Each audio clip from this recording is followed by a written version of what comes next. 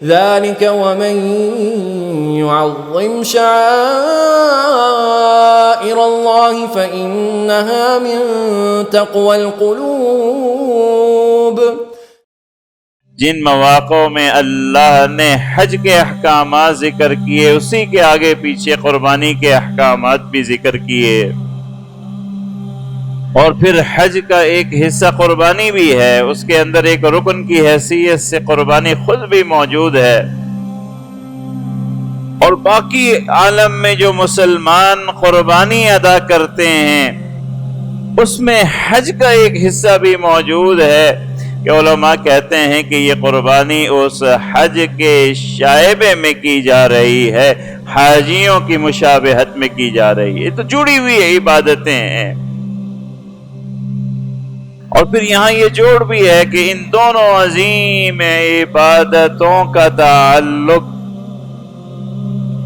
محض اللہ اور بندے کے تعلق سے ہے،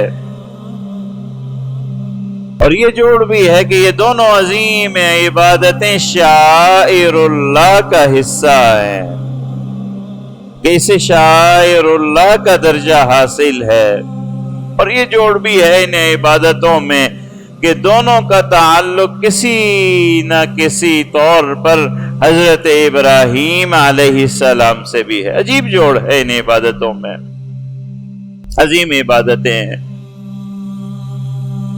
ان عبادتوں کے متعلق، ان میں اسرار، رموز، اللہ کی نعمتوں کے متعلق، احکامات کے متعلق گفتگو ہوتی رہے گی، مگر آج جس موضوع کو بیان کرنا ہے ان میں بھی یہ دونوں عبادتیں شریک ہیں۔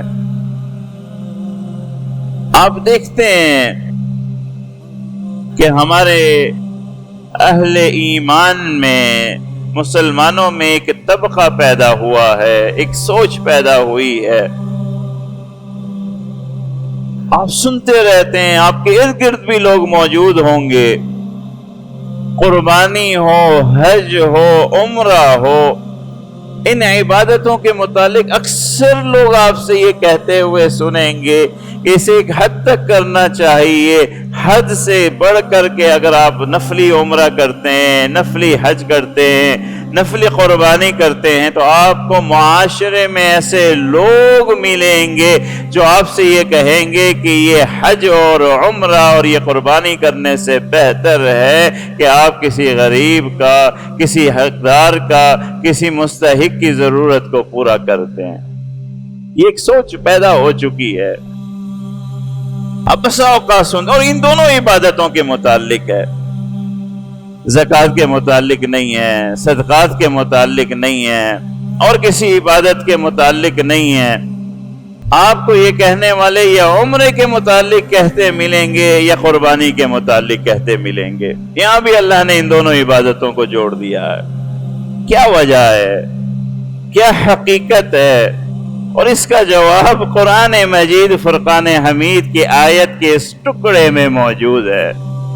آپ کو پورا فلسفہ سمجھ میں آ جائے گا، اعتراض کرنے والوں کا اعتراض اور اس کی وجہ بھی سمجھ میں آ جائے گی اگر قرآن مجید کی اس آیت کے ٹکڑے کو آپ نے سمجھ لیا جو اللہ نے حج، عمرہ اور قربانی کے احکامات کے بیان کرتے ہوئے مستقل اس کے بعد یہ جملہ ارشاد فرمایا، ذالک وَمَن يُعَظِّمْ شَعَائِرَ اللَّهِ فَإِنَّهَا مِن تَقْوَى الْقُلُوبِ۔ یہ ٹکڑا اللہ نے بیان فرما دیا، اور یہ متصل سورہ حج میں حج کے احکامات اور قربانی کے احکامات ذکر کرنے کے بعد اللہ نے بیان فرمایا۔ پہلے تو یہ سمجھ لیجئے بات کو سمجھنے کے لیے کہ شعائر اللہ کیا ہے۔ شعائر کیا چیز ہوتی ہے؟ شعائر کسی بھی چیز کی علامات کو کہا جاتا ہے، اس کے تعلق کو کہا جاتا ہے، اس کی موجودگی کے اظہار کو کہا جاتا ہے۔ شاعر فلاں قوم کا شاعر یہ ہے، فلاں خاندان کا شاعر یہ ہے۔ تو شاعر اللہ جب ہم کہتے ہیں تو ایسے اعمال، ایسی موجودات یا ایسے زمانے کو یا ایسی جگہوں کو کہتے ہیں جن کا تعلق محض اللہ کی وجہ سے ہو، اور وہی اس کی حقیقت ہے، اور وہی اس کا مقصد ہے، اور وہی اس کی افادیت ہے. بس ایسی چیزیں شاعر اللہ ہے. جب شاعر اللہ کی بات ہوتی ہے کہ اللہ، بندے اور اس اللہ کا تعلق اور اس کی علامت اور اس کی نشانی، تو جو چیزیں اس طور پر ہمارے درمیان موجود ہیں جو ہمارے دین میں اللہ سے تعلق رکھتی ہیں، جہاں بندے اور اللہ سے تعلق کے اظہار ہے، جس کی اہمیت، حقیقت، افادیت صرف اور صرف بندے اور اللہ کا تعلق ہے، اسے شاعر اللہ کہتے ہیں. اب بیت اللہ شریف ہے، شاعر اعظم الشاعر ہمارے درمیان جو موجود ہے وہ بیت اللہ ہے، اللہ کا گھر. اگر اللہ اور بندے کا تعلق اور اللہ کا تعلق ہٹا لیا جائے تو کچھ بھی نہیں ہے. بیت اللہ کچھ بھی نہیں ہے. ایک مقام ہے، ایک جگہ ہے، گھر ہے، ایک اسی طرح کے پتھروں سے بنا ہوا، نہ اس میں کوئی ٹائل ہے، نہ اس میں کوئی سنگ مرمر ہے، نہ اس میں کوئی اور چیز ہے. اس کی افادیت، اہمیت، اس کا مقام صرف اور صرف ایک ہی ہے کہ وہ بیت اللہ ہے، اور کوئی چیز نہیں ہے. نہ وہاں پھل ہیں، نہ باغات ہیں، صرف ایک تعلق ہے، وہ بیت اللہ ہے کہ وہ اللہ کا گھر ہے. اسی ایک تعلق کی بنیاد پہ وہ بیت اللہ ہے، وہ شاعر اللہ ہے، وہ اللہ کا گھر ہے. اسی ایک تعلق کی بنیاد پہ حج ہے، اسی ایک تعلق کی بنیاد پہ عمرہ ہے، اسی ایک تعلق کی بنیاد پہ سارے مسلمانوں کی عزت، احترام اور محبت کا رشتہ ہے. ایک ہی تعلق.